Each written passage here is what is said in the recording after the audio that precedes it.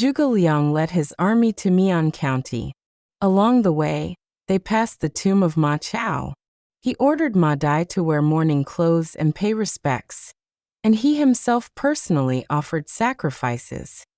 After the ceremony, he returned to camp and began planning the next advance. At that moment, scouts reported that the Wei Emperor, Chao Rui, had sent his son-in-law Xiahou Mao to gather forces from the Guangzhou region to resist Shu. Wei Yan stepped forward and proposed. Xiahou Mao is nothing but a pampered noble, cowardly and without strategy. Give me 5,000 elite troops.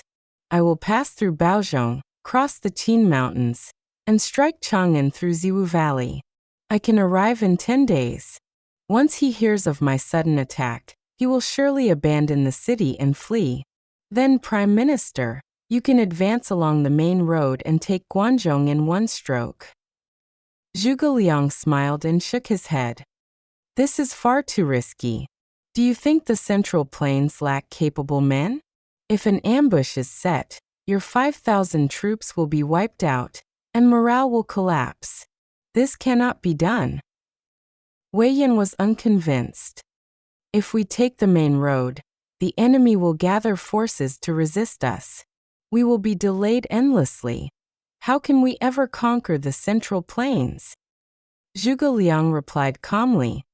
I will advance steadily along the proper route. Victory will come in time. Thus, he rejected Wei Yan's plan, leaving Wei Yan dissatisfied. Zhuge Liang then ordered Zhao Yun to lead the vanguard. Meanwhile, Xiahou Mao assembled a massive army in Chang'an. At the same time, the fierce General Honda from Xiliang arrived with 80,000 Chang troops. Honda was a towering man, wielding a massive battle axe, famed for strength unmatched by thousands.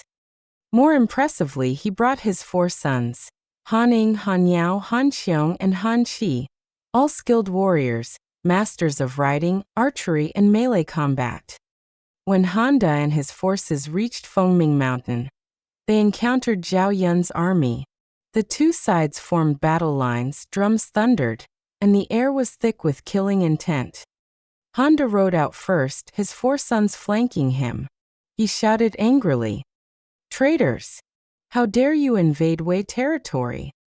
Zhao Yun, enraged, charged forward with his spear. Before they could clash, Han Ning, the eldest son, rushed ahead to face Zhao Yun. But within 3 exchanges, Zhao Yun struck him down with a single thrust, killing him instantly.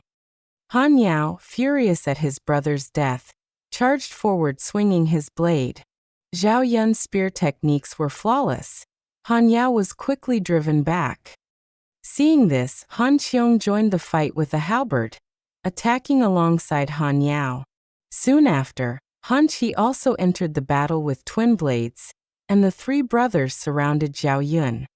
Yet Zhao Yun remained calm, moving like flowing water amidst flashing blades and spears. His movements were precise and unstoppable. Not long after, Han Qi exposed an opening. Zhao Yun struck and knocked him from his horse. Zhao Yun feigned retreat. Han Xiong pursued and fired 3 arrows, but Zhao Yun deflected them all effortlessly. Turning suddenly, Zhao Yun shot an arrow that struck Han Xiong in the face, killing him instantly. Only Han Yao remained. He fought desperately, but Zhao Yun dismounted, dodged his attack, and captured him alive, dragging him back to camp before returning to battle. Seeing his sons dead, captured, or wounded, Honda lost all courage and fled. The Chang troops, already fearful of Zhao Yun's reputation, were terrified and scattered.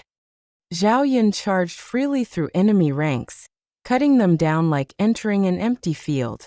Deng Zhi led Shu forces to pursue, and the enemy army collapsed completely.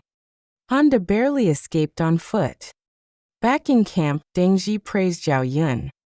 "You are over 70, yet still as fierce as ever. Slaying 4 generals in one battle is unheard of." Zhao Yun replied modestly, "The Prime Minister hesitates to use me because of my age. I only wish to prove I still have strength to fight." He then released Han Yao to spread the news and sent victory reports to Zhuge Liang. Han De returned to Xiahou in disgrace and reported the defeat. Enraged, Xiahou personally led troops to confront Zhao Yun. At Fengming Mountain, the two armies met again.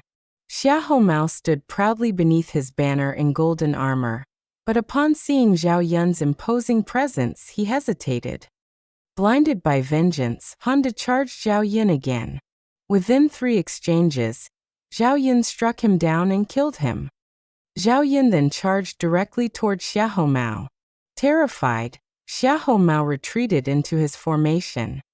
Deng Zhi seized the moment and pursued. The Wei army collapsed once more and retreated miles away. That night, Xiahou consulted his officers.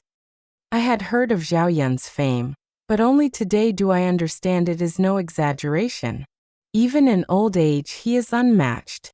What should we do?" Cheng Wu advised. "Zhao Yun is brave but reckless. Tomorrow we set an ambush.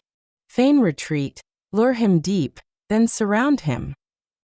Xiahou agreed and arranged hidden troops. The next day, Zhao Yun advanced again. Despite Deng Zhi's warning, Zhao Yun charged forward confidently. Wei generals feigned retreat, luring Zhao Yun deeper. Suddenly, hidden forces emerged, surrounding him on all sides. Zhao Yun fought desperately but was trapped. By evening, his troops were reduced to barely 1,000. From the hill above, Xiahou directed the siege. Zhao Yun could not break through. Exhausted, he prepared for a final stand. As night fell, fire lit the sky, drums roared, and arrows rained down. Zhao Yun sighed. "I refuse to accept old age, yet I may die here today." At that critical moment, reinforcements arrived from the northeast. Zhang Bao broke through first, shouting, "The Prime Minister sent me. I have slain Shuizhe." Soon after, Guanxing arrived, carrying Dong Shi's head. Together, they broke the encirclement. Inspired, Zhao Yun rallied once more. The combined forces crushed the Wei army. Xiahou fled with only a few men to Nan'an City. The Shu forces pursued and surrounded the city. After 10 days of siege, Nan'an remained unconquered. The defenses were too strong.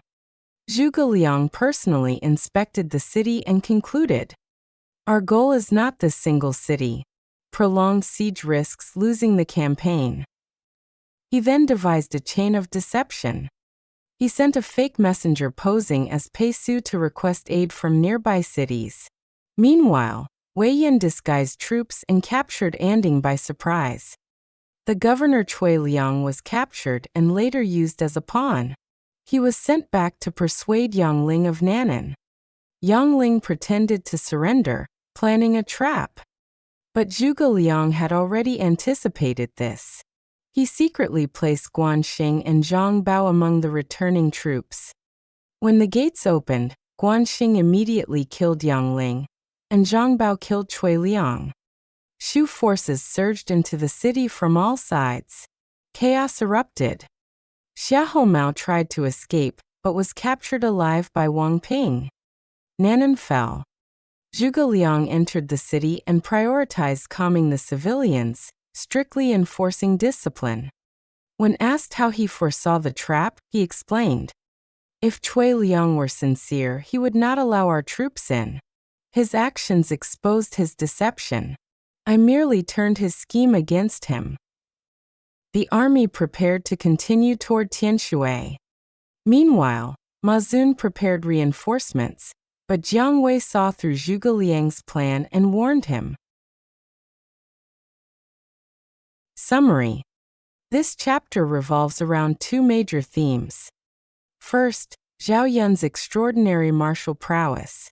Despite his age, he demonstrates unmatched battlefield dominance. defeating multiple generals, breaking formations, and surviving encirclement.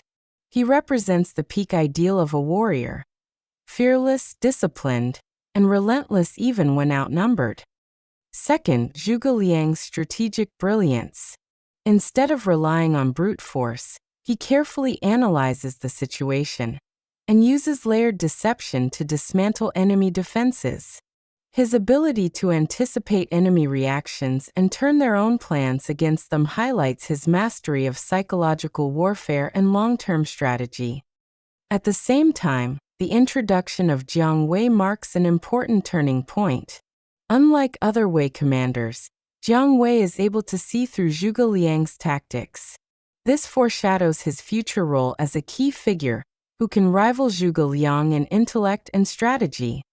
Overall, this chapter presents a balanced contrast between strength and intelligence. Zhao Yun embodies martial power, Zhuge Liang embodies strategic wisdom, and Jiang Wei represents the rising generation that will shape the future.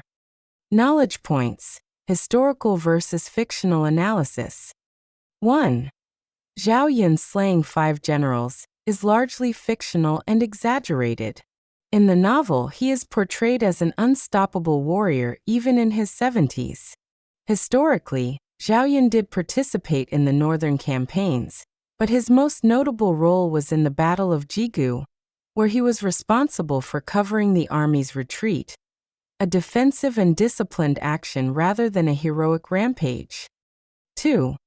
The character Honda and his 4 sons are almost entirely fictional.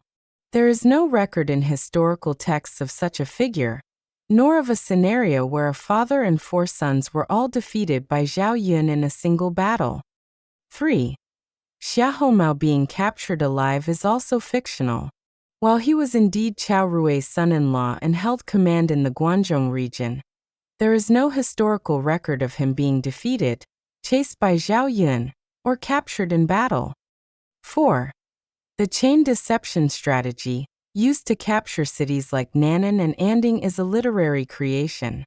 Although Zhuge Liang was known for his strategic intelligence and did use deception in warfare, there is no historical evidence of such an elaborate, multi-layered plan unfolding exactly as described in the novel.